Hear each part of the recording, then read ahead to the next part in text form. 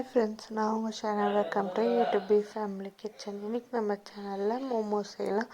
அதுக்கு பார்த்திங்கன்னா 2 கப் மைதா மாவு எடுத்துக்கோங்க, 2 டேபிள் ஸ்பூன் கோதுமை மாவு, தேவையான அளவு உப்பு எல்லாத்தையும் சேர்த்து நல்லா சப்பாத்தி மாவு அளவுக்கு பிசைஞ்சு எடுத்துக்கோங்க.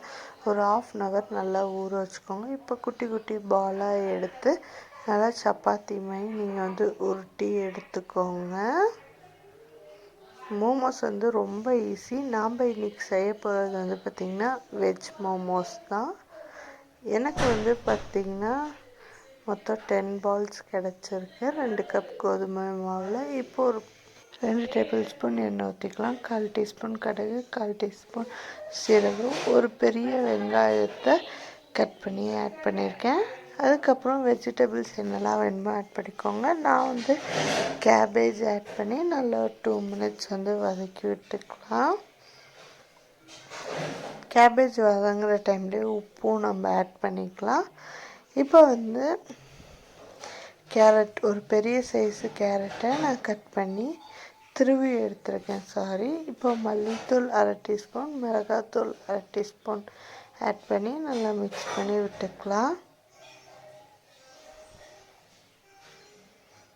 அதுக்கப்புறம் 1 tablespoon ketchup, 1 tablespoon chilli sauce add பண்ணி நல்லா மிக்ஸ் பண்ணி விட்டுக்கோங்க.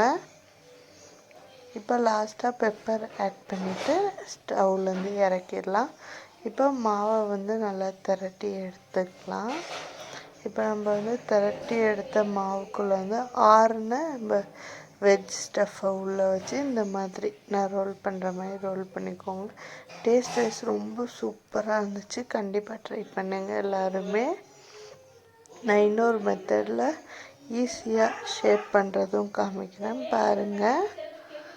அவ்வளோதான். இப்போ ஒரு இட்லி பாத்திரத்தில் ஃபுல்லாக உள்ளே வச்சு ஒரு 10 minutes நல்லா வேக வச்சு எடுத்துக்கோங்க. டேஸ்ட் வைஸ் ரொம்ப சூப்பராக இருந்துச்சு. 10 to 20 minutes கூட எடுத்து வேக வச்சாச்சு. அவ்வளோதான். டேஸ்ட் வைஸ் ரொம்ப சூப்பராக இருந்துச்சு. கண்டிப்பாக ட்ரை பண்ணி பாருங்கள். ட்ரை பண்ணி பார்த்துட்டு எப்படி இருந்துச்சுன்னு கமெண்ட் பாக்ஸில் சொல்லுங்கள். தேங்க்யூ.